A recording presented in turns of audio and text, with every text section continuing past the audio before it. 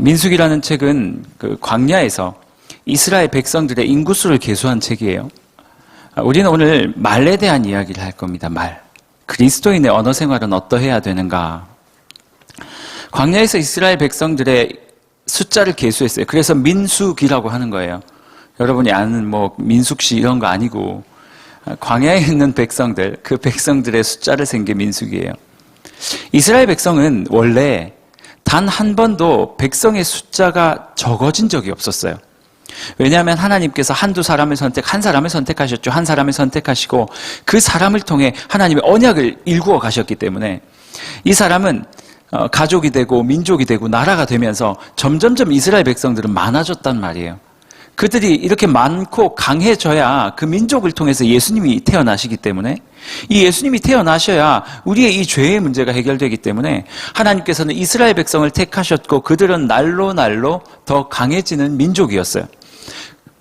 그런데 참 신기하게도 출애굽을 하고 나서 광야에 있는 이스라엘 백성들의 숫자를 세웠는데 오늘 민수기 앞쪽과 뒤쪽에 있는 숫자를 나중에 성경을 한번 비교해 보세요. 정말 아이러니하게도 앞에는 숫자가 많은데 뒤에는 숫자가 조금 적어졌어요. 시간이 꽤 지났는데 하나님의 백성들은 실패하거나 넘어지거나 쪼그라들거나 그럴 수 없는 노릇인데 이상하게 광야에 있던 하나님의 백성들은 점점 적어지더라 하는 거예요. 민수기가 우리에게 이야기하고 싶은 게 이거예요. 대체 망할 수 없는 백성이 어떻게 망해갈 수 있냐는 거예요. 도대체 하나님께 은혜와 복을 얻었기 때문에 세상 속에 살아가지만 절대로 쪼그라들 수 없는 날로 하나님의 은혜로 말미암아 풍성해지고 강성해져야 하는 민족임에도 불구하고 도대체 이 민족의 인원이 왜 이렇게 줄었느냐라는 거예요. 그래서 민수기를 잘 읽다 보면 이스라엘 백성들이 광야에서 어떤 연약한 죄들을 지었는지에 대한 이야기가 쭉 기록이 되어 있어요. 성경마다 다 특징들이 있잖아요. 민수기는 특별히 이스라엘 백성들의 죄에 대한 이야기예요. 그래서 여러분들이 민수기를 읽을 때는 이렇게 읽다가 이스라엘 백성이 도대체 하나님께 어떻게 범죄하였고 그 범죄로 말미암아 어떻게 하나님께 징계받았는가에 조금 초점을 맞추면서 볼 수 있는 그 성경이 바로 민수기다라는 거예요. 하지만 여러분 기억하셔야 돼요. 이 민수기라는 책은 당시 이스라엘 백성들에게 주어진 책이지만 그 이스라엘 백성들만을 위한 책이 아니라 지금을 살아가고 있는 우리에게도 꼭 필요한 책이에요. 왜요? 성경은 그렇게 기록된 책이니까요. 우리가 하나님을 알고 하나님을 믿고 주의 말씀과 언약을 가지고 세상에 산다 하지만 여전히 하나님의 말씀을 거역하고 불순종하는 것들이 우리의 인생 가운데 많다면 어떤 의미로서 우리는 광야에서의 이스라엘 백성과 같은 삶을 살아갈지도 모르겠다. 원래 우리는 소위 말하는 잘 나가야 되는 사람이에요. 오해해서 듣지 마세요. 예수 믿으면 돈 많이 번다, 좋은 것을 갖게 된다, 이런 식의 잘 나감을 이야기하는 것이 아니에요. 우리의 삶은 영적으로나 혹은 또 육적으로도 될 수도 있겠죠. 어쨌든 하나님의 개입하심으로 말미암아 풍성해지는 것이 그리스도인의 삶이에요. 비록 가진 것은 적어질 수 있겠으나 우리의 마음은, 우리의 삶은 주님으로 말미암아 너무나도 풍요로움을 가져야 하는 삶이 백성들, 믿는 자들의 삶이에요. 그런데 여러분들 그렇게 살고 있습니까? 우리 자신을 한번 돌아보는 시간 됐으면 좋겠어요. 특별히 오늘 본문은 말에 대한 이야기를 하고 있어요. 말. 홀스 그거 말고 말. 우리가 이야기하는 이 말이에요. 성경은요, 하나님께서 자신의 백성들에게 늘 말의 권세를 줬다라고 말하고 있어요. 하나님의 백성들은요, 성령께서 우리에게 오시고 나면 우리의 입술에는 권세가 생겨요. 그래서 우리가 축복하는 자에게 하나님의 복이 임하고 우리가 저주하는 자에게 하나님의 저주가 임한다라는 거죠. 그래서 믿는 자들은 말을 잘해야 됩니다. 유창하게 해야 된다는 말이 아니라 축복의 말을 잘해야 된다는 말이에요. 오늘 본문 14장 28절에 보니까 오늘 읽진 않았지만 그 뒤에 이런 말을 하고 있어요. 너희의 말이 내 귀에 들린 대로 내가 너희에게 행하겠다, 하나님께서 말씀하고 계세요. 너희의 말이 뭐였는데요? 하나님 앞에 불평했던 이스라엘 말이에요. 그러니 여러분, 어디 가서 절대로 누군가를 막 저주하고 비방하고 그렇게 하시면 안 돼요. 왜? 우리 입술에 권세가 있기 때문이에요. 에이, 나쁜 놈 했는데 진짜 그 사람 나쁜 놈이 되면 어떡해요? 분위기가 왜 이렇죠? 이제 말을 안 하겠다 이런 건가요? 오늘 본문을 통해서 하나님께서 우리의 말을 늘 듣고 계신다라는 이 사실을 좀 인식했으면 좋겠어요. 그리고 그대로 행한단 말이에요. 여러분들은 어떤 말들을 하면서 살아가십니까? 일주일 동안 제일 많이 했던 이야기가 뭐예요? 그리스도인인 여러분들의 입술에는 어떤 말이 가장 많이 담겨 있냐라는 질문이에요. 오늘 본문에는요, 눈에 보이는 똑같은 절망이 있었어요. 절망적인 상황이 있었는데 그 절망적인 상황 앞에서 두 부류의 사람들이 전혀 다른 태도를 취하게 되더라는 거예요. 어떤 상황입니까? 이스라엘 백성들이 이제 광야를 뺑뺑뺑뺑 돌았어요. 출애굽해서 하나님께서 주시겠다 한 그 가나안 땅을 얻기 위해서 광야를 뺑뺑뺑뺑 돌았다고요. 많은 우여곡절이 있었어요. 정말 많은 일들이 있었어요. 그리고 이들이 광야를 지나 하나님께서 약속하셨던 가나안 땅에 딱 들어가게 돼요. 아니, 그 앞에 딱 서게 돼요. 그리고 나서 사실 오늘 본문 14장 앞쪽 보면 13장부터 보면 마치 여호와께서 이스라엘 백성에게 한번 정탐을 해봐라 라고 이야기를 하는 것처럼 보이지만 신명기 말씀과 이렇게 믹스를 해서 보면 사실 이 광야를 정탐하게 된 이 사건은요, 하나님께서 원하시는 사건이 아니었어요. 어쨌든 이스라엘 백성들은 저 광야, 가나안에 있는 저 사람들과 싸워야 되는데 저들이 어떤 사람인지 모르니까 지혜가 필요했나 봐요. 뭐 자료가 필요했나 봐요. 그래서 한 지파에 한 사람씩 총 12명의 정탐꾼을 뽑아서 가나안 땅에 보내요. 도대체 지형은 어떤지, 저들은 얼마나 강대한 민족인지, 우리가 저들에게 이길 수 있을지 없을지, 여기서부터 문제가 된 거예요. 사실 여러분, 하나님께서 명령하신 것 정탐이 필요 없거든요. 그냥 들어가라 그러면 들어가면 되는 거예요. 그런데 정탐을 했다는 말은 뭐예요? 들어가도 될까? 들어갈까 들어가지 말까를 결정하기 위함 아닙니까? 이때부터 불신앙이 시작됐던 것 같아요. 어쨌든 12사람이 가나안 땅에 들어갔어요. 들어가서 정탐을 쭉 하고 나서 나왔는데 갈리기 시작하는 거예요. 10명의 정탐꾼들이 불평을 하기 시작해요. 뭐라고요? 실제로 들어가서 보니까 저 민족은 우리가 이길 수 없는 민족이에요. 너무 커요. 너무 장대해요. 골리앗의 민족이잖아요. 너무 크고 장대한 민족. 그 가나안 칠족속들이 사는 그 땅은요, 막 음식도 많고 포도알 한 송이가 막 이만했지만 이거는 좀 오바다, 그렇죠? 요만했을까요? 아무튼 우리가 먹는 포도알과 달랐을 거예요. 아무튼 그 땅에서 자라나는 곡식도 크고 열매도 크고 아름다웠지만 더 컸던 건 사람이었어요. 이스라엘 백성들이 뭐라고 표현하냐면 저 사람들 앞에서는 우리가 메뚜기 같더라. 도무지 싸울 상대가 안 됩니다. 라고 10지파 사람들이 불평하기 시작해요. 아무리 말려도 뭐 방법이 없어요. 10명이 와서 투덜투덜 하고 있으니까 오늘 14장 1절부터 뭐라고 말해요? 그 투덜거림에 온 회중이 반응을 하기 시작하는 거예요. 이스라엘 백성들이 다 반응을 하기 시작하는 거예요. 우리가 잘못 왔다는 거예요. 우리가 왜 여기 와 있냐는 거예요. 그래서 하나님께 원망하고 사람들에게, 지도자에게 원망하기 시작해요. 14장 1절에서 4절 내용은 아주 간단해요. 우리가 이길 수 없는 자들이다. 우리 여기 괜히 왔다는 거예요. 애굽으로 다시 돌아가자. 우리 지휘관 세우고 애굽으로 다시 돌아가자. 그게 낫겠다. 여기서 죽는 것보다 애굽에서 노예 생활하면서 그렇게 잘 먹고 잘 사는 게 낫지 않겠냐. 그러자 모세와 아론이 그 온 회중이 있는 그 앞에서 납작 엎드려서 하나님 앞에 기도하기 시작한다라는 내용이에요. 참 신기하죠? 똑같은 상황이었어요. 가나안에 똑같이 왔고 그 가나안에 있는 장대하고 큰 그 민족을 똑같이 봤어요. 그런데 어떤 사람들은 하나님을 의심하기 시작하고 불평, 불만을 하면서 다른 사람들에게 부정적인 영향을 미치면서까지 하나님께서 말씀하신 것들을 믿지 못하고 다시 돌아가려 하고 있고, 어떤 사람들은 그 앞에서 잠잠히 주님 앞에 무릎 꿇는 사람들이 있더라 하는 거예요. 무슨 차이일까요? 모세가 지도자였기 때문에?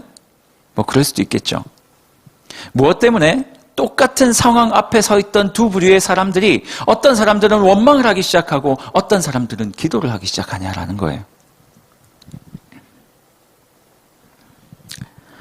여러분, 두 사람의 가장 큰 차이가 뭔지 아세요? 이 사람들이 똑같은 문제 앞에서 다르게 행동하는 이유. 말씀이 없으니까요. 하나님을 믿지 못했던 거예요. 이 열정탐꾼이 봤던 건 뭐예요? 하나님을 배제한 채 자신 앞에 펼쳐진 상황을 해석한 거예요. 그렇죠? 나는 너에게 이길 수 없어요. 하나님은 완전히 배제되었어요. 모세와 아론이 무릎 꿇었던 이유는 뭐예요? 사실 모세와 아론은 그 가나안 땅에 있는 그 사람들이 두려워서가 아니었어요. 이스라엘 백성들이 하나님께 불신앙하기 시작하니까 이 문제 앞에서 이 사람들이 어떻게 했어요? 바로 무릎을 꿇었어요. 어떻게 그럴 수 있었다고요? 하나님을 믿는 믿음이 있었기 때문이에요. 이 상황 앞에서 하나님의 진노가 내릴지도 모르겠다. 기도하자. 우리가 무릎 꿇고 기도하지 않으면 우리 백성들이 다 죽을 수밖에 없을지 모른다. 상황이 딱 닥치니 믿음이 없던 자들은 원망을 쏟아내기 시작하고 믿음이 있는 자들은 하나님 앞에 무릎을 꿇더라. 여러분 어떻게 하세요? 어떤 어려운 상황과 힘든 문제 앞에서 불평하고 원망하고 이것을 주신 이유가 무엇일지를 막 이야기하면서 오늘 담임 목사님 말씀하신 것처럼 막 하나님께 삿대질을 하면서 그렇게 원망하고 그렇게 하는데 여러분의 입술을 사용하십니까? 아니면 모세와 아론처럼 내 앞에 상황이 딱 벌어졌을 때 모든 것들을 다 내려놓고 주님 앞에 무릎 꿇고 하나님께 이야기하는 사람들입니까? 우리 입술을 좀 점검해 가기를 원합니다. 이 믿음이라는 거는 평안할 때는 아무것도 드러나지 않아요. 여러분 평안하고 남들 뭐 잘 이렇게 지낼 때 뭐 교회 잘 오잖아요. 이게 드러나지 않아요. 그런데 여러분 이 안에서도요, 어떨 때 믿음이 드러나는 줄 아세요? 위기가 딱 찾아왔을 때요. 콩사탕이 아니죠. 공산당이 들어와가지고 나는 콩사탕이 싫어요 뭐 이런 것도 있잖아요. 공산당들이 들어와가지고 막 총을 겨누고 너 예수 믿을래 할 때야 비로소 진짜 예수 그리스도를 믿고 하나님 앞에 순종하는 자들과 그렇지 못한 자들이 가려지는 거거든요. 가나안 사람들을 봤을 때 이들은 두려움이 엄습했고 그 두려움 앞에서 불평하는 자가 있었는가 하면 그 두려움 앞에서 하나님께 무릎 꿇고 기도하는 자가 있더라. 다시 우리 말이라는 주제로 한번 넘어가 볼까요? 아까 이야기했죠. 똑같은 상황이었어요. 가나안 사람들은 너무 컸어요. 그들은 그래서 불평과 원망을 하기 시작했어요. 여호수아와 갈렙은 뭐 했게요? 그들을 말리기 시작했어요. 얘들아 이러면 안 된다는 거예요. 모세와 아론은 이미 엎어져 있고 여호수아와 갈렙이 그들을 말렸어요. 야 이러면 안 돼. 하나님께서 우리에게 야 내가 보니까 개역 한글 성경에는 뭐라고 나와 있냐면 그들은 우리의 밥이다 그래요. 괜찮아 그들이 키가 좀 크다고 괜찮아. 키는 큰데 관절이 약해. 다 뭐예요? 뼈 빈 걸 뭐라 그러죠? 정강이라고요? 아무튼 골다공증 다 걸려 있어서 우리가 밀면 다 넘어가. 여호수아와 갈렙은 그렇게 설명을 한 거예요. 물론 이런 설명은 아니었어요, 여러분. 걱정하지 말라는 거예요. 10명은 우리 쟤네들 걸리면 우리는 뼈도 못 추려. 여호수아와 갈렙만은 아니야 걱정하지 마. 들어가서 싸우면 쟤네들 우리한테 잽도 안 돼. 밥이야 밥. 그냥 떠 먹으면 돼. 왜 이런 차이가 있다고요? 그들 가슴 속에 믿음이 있냐 없냐의 차이였다라는 거예요. 저들은 불평하는데요. 여호수아와 갈렙은요. 이렇게 얘기를 하는 거예요. 와, 이 사람들 왜 이렇게 크지? 이 사람들하고 일반적으로는 싸워서 못 이길 것 같은데? 그런데 내가 이놈을 이기면 하나님은 더 영광을 받으시겠구나. 얘네들이 이렇게 자꾸 유치원이에요. 막 가나안 유치원을 점령했어요. 막 여러분들이 가서 가나안 유치원에 가서 싸워가지고 가나안 유치원을 점령한다. 그럼 무슨 하나님이 영광을 받겠어요? 실제로 유치원 아이들이라면 우리가 분명히 싸워서 이길 수 있잖아요. 하지만 막 엄청 장대한 미국인들이 막 키 크고 막 2m, 3m 되는 사람들이 있는 그 땅을 우리같이 연약한 자들이 점령했다면 하나님께서 더 영광 받으시겠는데? 완전히 이야기가 달랐어요. 믿음이 없는 자들은 상황을 보자 하나님을 원망하기 시작하고 믿음이 있는 자들은 상황이 어려워지면 어려워질수록 하나님께서 더 영광 받으시겠구나라고 생각을 한 거예요. 똑같은 상황이었는데. 여러분들은 어떻게 행동하며 살아가고 계십니까? 여러분, 결국 이런 이야기예요. 절박한 상황 앞에 섰을 때 우리의 믿음의 진가가 드러난다라는 거예요. 그러자 이스라엘 백성들이 열받았어요. 야, 지금 이런 상황에 우리가 지금 놓여 있는데 너희가 지금 뭐 걔네들이 우리 밥이라고? 말도 안 된다 하면서 그 갈렙과 여호수아를 때려 죽이기 위해서 돌을 들고 이렇게 치려고 했었어요. 하나님이 보고 가만히 계시겠습니까? 오늘 성경 뭐라고 말해요? 하나님께서 그들 가운데 임재하셨다. 여러분, 여기서 임재하신 그 하나님의 임재는요, 어떤 무슨 일을 해결하기 위해서 개입하신 게 아니었어요. 이때 하나님의 임재는 그렇게 불만하고 불평하고 원망하는 이스라엘 백성들을 징계하기 위해서 하나님께서 내려오신 거예요. 이제 이스라엘 백성들 큰일 났어요.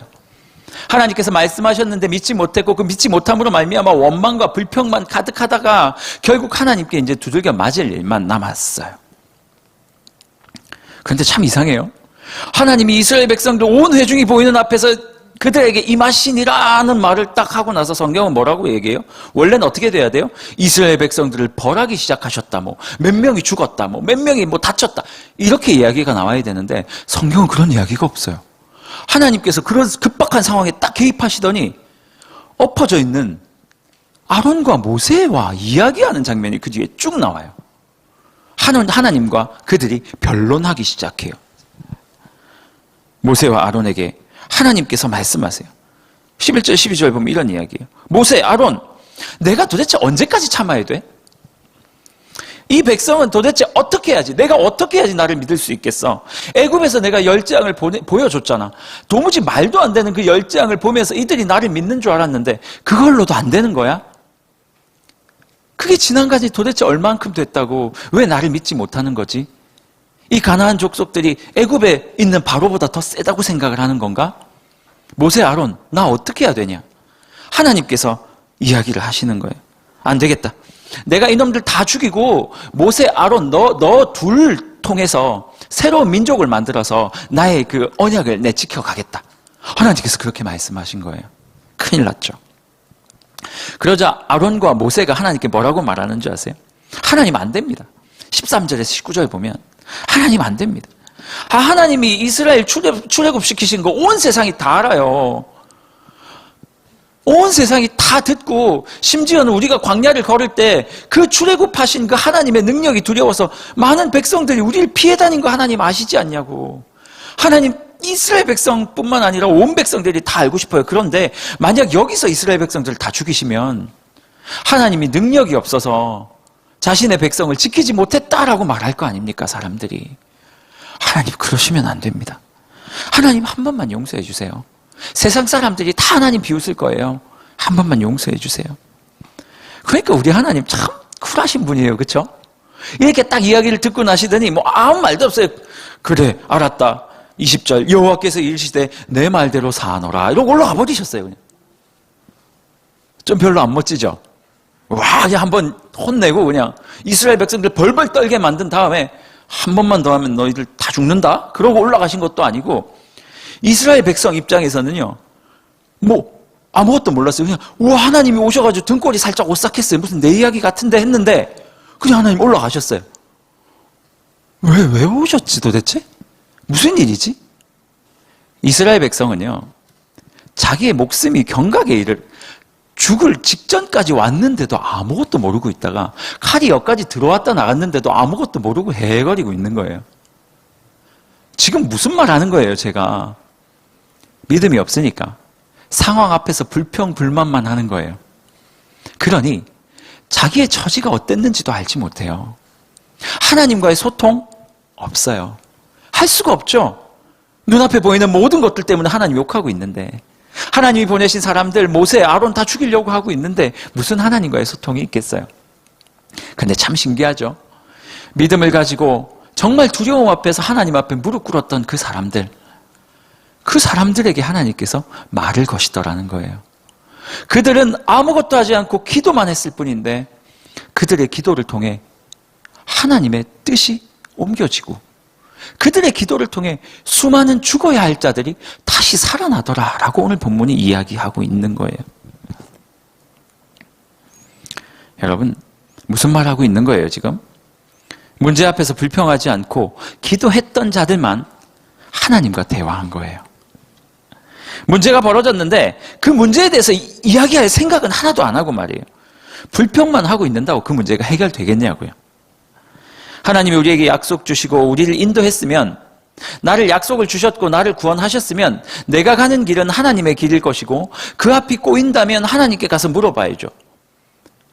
전자기기를 샀는데 고장이 났으면 산 회사에 가서 물어봐야죠. 그렇죠?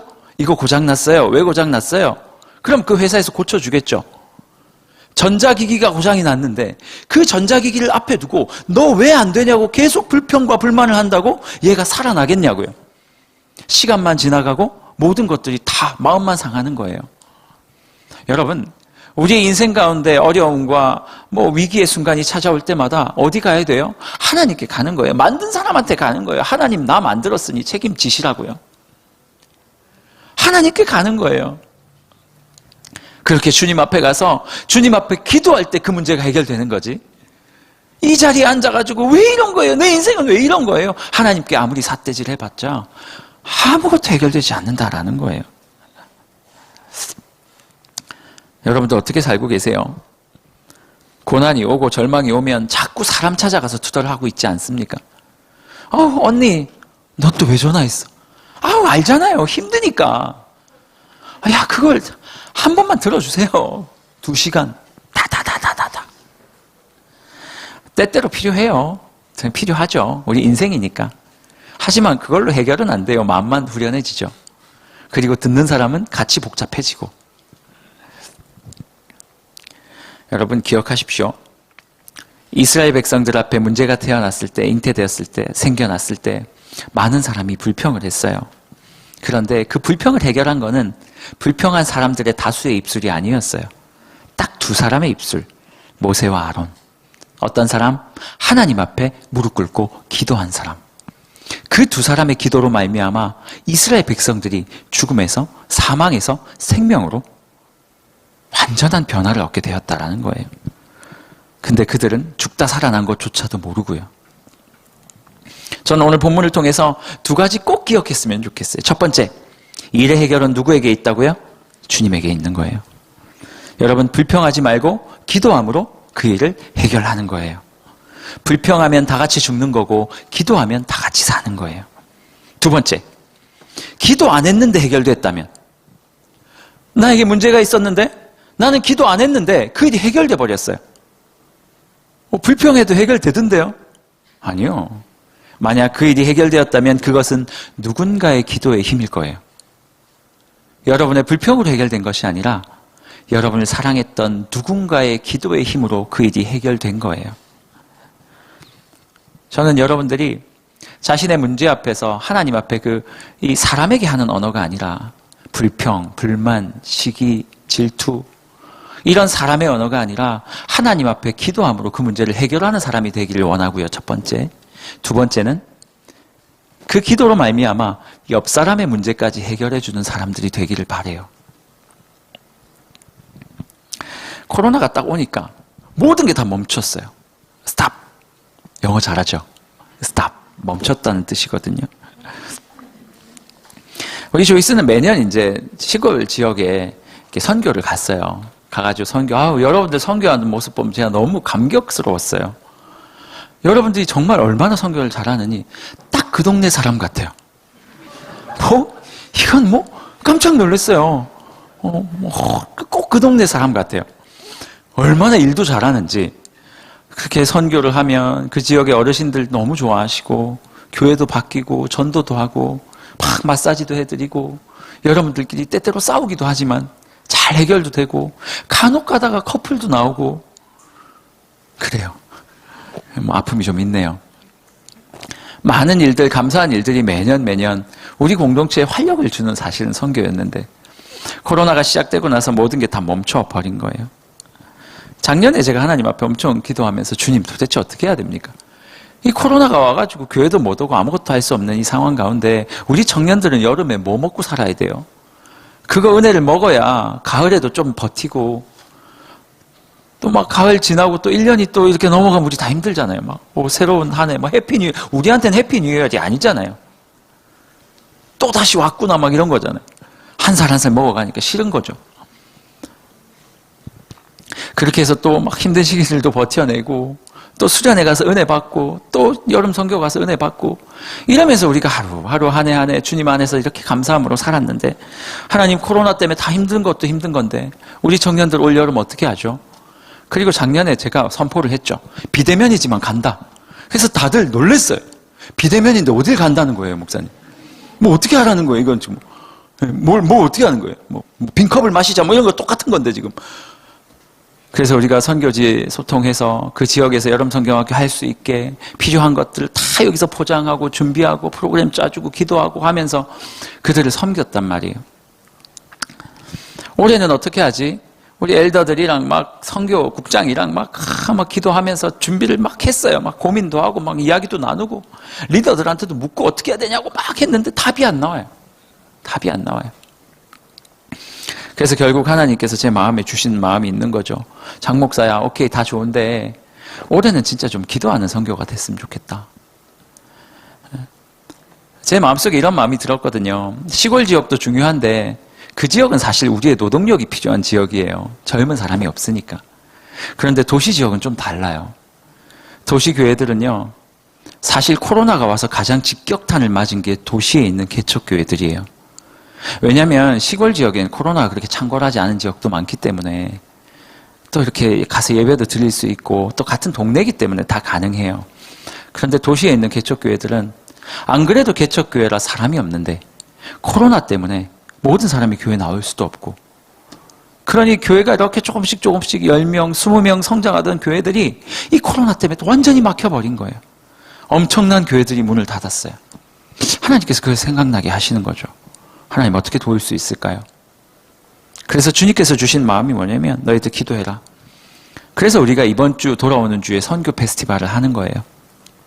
말로만 걱정하는 게 아니라 실제로 이 나라에서 개척을 해서 3, 4년 사역했던 목사님이 지금 어떤 상황에 놓여져 있는지를 우리가 좀 듣고 외국 선교는 나가지 못하지만 외국인들이 우리나라에 많이 들어와 있거든요. 그분들에게 선교하는 목사님들이 또 계세요. 그 목사님들은 도대체 어떻게 선교를 하고 어떤 어려움이 있는지도 이야기를 좀 듣고 실제로 외국에서 사역하고 계시는 선교사님들의 상황도 이야기도 좀 듣고 그 이야기를 바탕으로 우리가 기도해야겠구나. 기도해야 되겠구나. 그래서 이번 주 금요일, 토요일, 주일 금요일 8시, 토요일 7시 반, 주일 이 시간에 우리가 이 땅에 있는 해외에 있는 모든 선교 사역지들을 위해서 좀 기도하기를 원해요. 왜요? 기도하는 자의 입술을 통해서 하나님께서 일하시기 때문이에요. 제가 이 선교를 준비하면서 어떤 꿈이 생겼는 줄 아세요? 하나님 앞에 이렇게 기도하고 있어요. 하나님, 사실 우리 청년들도 힘들거든요.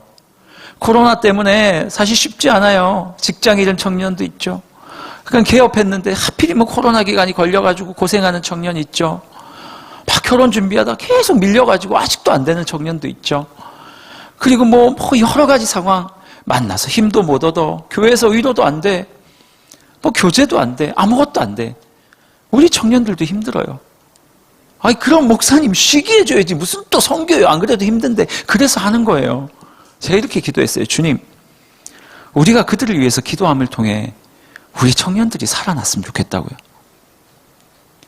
솔직히 한 공동체를 맡고 있는 목사의 가슴 속에 솔직하게 해외에 사는 외국인 선교도 중요한데 여러분들이 더 중요하거든요. 그래서 제가 맨날 국장들, 엘더들한테 얘기해요. 선교엔 2가지 목적이 있다. 첫 번째, 그 교회를 돕는 거 오케이, 중요하다. 하지만 더 중요한 건 우리 청년들이 은혜 받는 거다. 우리 청년들이 이 선교 기간을 통해서 은혜 받고 회복하고 또 다시 주님 나라의 백성으로 살아갈 수 있게 하는 거. 이게 사실 내가 가진 관심사다.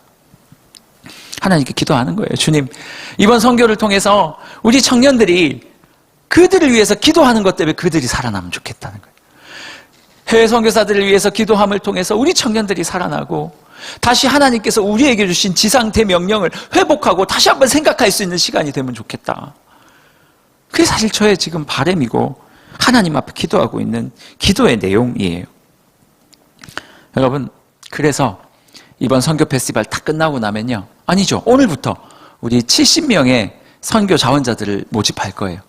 다 갈 수는 없으니까 여러분, 열심히 있는 70분이 오늘부터 딱 일주일간 우리 선교국장 말로는 수요일 전에 마감될 것 같습니다라는 믿음을 보이더라고요. 지금 광클을 준비하고 있는 사람들이 있어요. 특히 우리 제자반들. 와, 광클 할게요. 이랬는데 안 하는 거 아니에요? 막 광클을 준비하겠다고 아침부터 막 올라오던데 제가 카톡 안 보는 것 같이 보여도 다 보고 있어요, 여러분. 광클을 준비하고 있는 사람도 있는데 어쨌든 여러분 70명 딱 선착순으로 해서 한 교회 한 선교지당 10명씩만. 또 인원이 너무 많아도 힘드니까 10명씩만 딱 모집해서 70명이 실제로 행하는 선교를 할 거고요. 선교를 할 거고요. 그리고 나머지 목사님 그럼 나머지 사람들은 어떻게 합니까? 다 준비해 놨어요. 선교 페스티벌이 끝나는 그 주일부터 매일 밤 10시에 선교 기도회를 할 거예요. 며칠 동안요? 21일 동안요. 70명이 21일 동안 열심히 그 교회를 섬길 때 여러분들은 21일 동안 그들과 여러분 자신과 선교지를 위해서 기도하게 될 거예요. 혹시 광클에 실패하신 분들은 그 21일간의 기도회를 통해서 여러분의 영혼을 좀 살리기를 바랍니다. 그렇게 기도함으로 여러분 자신이 좀 살아났으면 좋겠어요. 어쨌든 이번 선교 통해서 우리의 입술이 우리의 말의 방향이 좀 바뀌었으면 좋겠어요. 하나님 코로나 너무 힘들어요. 쟤 때문에 너무 힘들어요. 쟤 때문에 너무 힘들어요. 우리 엄마 아빠 너무 나 짜증나게 해요. 아니면 내 동생이 자꾸 날 이건 유치원생들 그거 빼요. 조이스에는 그런 거 없죠? 어쨌든 있을 수도 있죠. 어쨌든 하나님 나의 하루하루 살아가는 일상이 너무 고되고 힘들고 외롭고 지쳐요. 하나님 이 모든 이 자꾸 사람에게 가는 이 말 있잖아요. 그냥 옆 사람에게 가는 이 불평과 불만의 이 말이 이제 하나님께로 이렇게 옮겨지는 시간이 됐으면 좋겠어요. 하나님께로 옮겨져서 주님 저 영혼들을 위해서 기도합니다. 우리 선교사님들을 위해서 기도하고 우리 실제로 하는 자들을 위해서 기도하고 또 우리 지체들을 위해서 기도하고 그렇게 이 21일간의 시간이 여러분의 입술을 완전히 바꾸는 계기가 되었으면 좋겠어요. 목사님 저는 70명 아니니까 저는 그냥 쉴게요. 안 돼요. 10시부터 기도할 거예요. 목사님 매일 10시 어떻게 들어가요? 걱정하지 마세요. 한 10분 전에 틀어놓으라고 할게요. 어떻게 기도할 거냐면 유튜브에 한 1시간 20분 정도 앞뒤로 10분 더 더해서 이렇게 계속 기도 제목과 음악을 틀어놓을 거예요. 그럼 여러분들이 시간 되는 때 아무 때나 들어오세요. 어떤 분은 10분 기도하고 나가도 좋고요. 어떤 분은 30분, 1시간 기도해도 좋고 또 삘 받는 분들은 앞으로 감아서 다시 출발해도 돼요. 2시간이든 3시간이든 계속 할 수 있어요. 앞에 기도 제목 계속 뺑뺑 주님 오실 때까지 할 수도 있어요. 그래서 주님 앞에 계속 기도함으로 먼저 우리의 입술이 하나님을 향하게 되어서 우리의 주어진 이 어려움과 아픈 이 상황들을 극복하는 사람이 되면 좋겠고 또 우리의 입술이 하나님을 향해서 그 입술의 대상자들이 살아나는 아론과 모세처럼 모세와 아론처럼 그런 역할들 그런 기도를 하는 우리 청년들이 됐으면 좋겠다라는 마음이 제 마음속에 가득하고 또 제 입술에서 계속 나오는 거죠. 우리 같이 한번 찬양하면 좋겠어요. 여러분 우리가 기도할 때 우리 생각보다 훨씬 크신 하나님의 생각이 그것들을 이루어낼 줄로 믿어요. 여러분 힘든 거 다 알아요. 목사가 앞에 나오면 맨날 성도를 힘들다 이런 얘기 많이 하죠. 저도 옛날에 너무 이상했어요. 왜 이렇게 목사들이 나와가지고 맨날 힘들다고 막 이렇게 말하고 자꾸 위로하려고 하지? 근데 제가 목회를 하면 할수록 이게 마음이 와요. 왠 줄 아세요? 돌아가면서 힘들거든요. 계속 돌아가면서 힘들어요. 죽을라 그랬다. 이 사람 살려놓으면 여기서 또 죽는다 그러고 막 타이타닉 같이 빠져 들어가는 사람 막 헤엄쳐서 이렇게 올려서 나무 위에 올려놓으면 저기서 우와 꼬르륵 저기 또 뛰어가면 여기서 꼬르륵 저기서 꼬르륵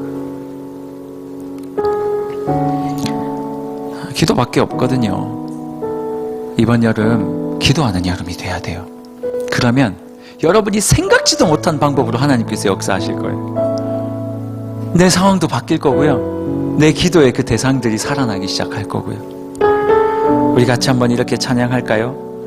하나님 원망이 아니라 기도하는 자로 변하게 해달라는 마음으로 이렇게 나의 기도하는 것보다 더욱 응답하실 하나님 이 하나님을 기대함으로 찬양합니다. 나의 기도하는 것보다